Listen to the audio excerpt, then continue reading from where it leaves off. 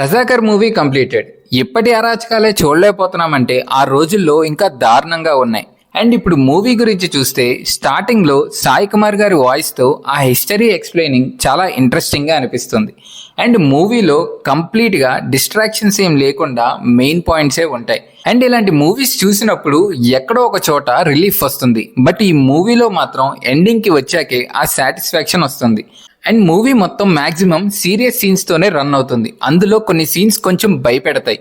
And story పరంగా director points ఏం చూపించాలనుకున్నారో ఆ పాయింట్స్ అనేది పర్ఫెక్ట్ గా ఎస్టాబ్లిష్ చేశారు. అండ్ కాస్టింగ్ పరంగా ఆ క్యారెక్టర్ టైం లిమిటెడ్ అయినప్పటికీ ప్రతి ఒక్క రోల్ ఆ సీన్ కి ది బెస్ట్ ఇచ్చారు. అండ్ మూవీలో కొన్ని యాక్షన్ సీక్వెన్సెస్ డిఫరెంట్ గా అనిపించింది, ఆ పీరియడ్ కి తగ్గట్టు డిజైన్ చేయడం. అండ్ మూవీలో హై సీన్స్ తక్కువ ఉన్నా బాగా వర్కౌట్ అయ్యాయి.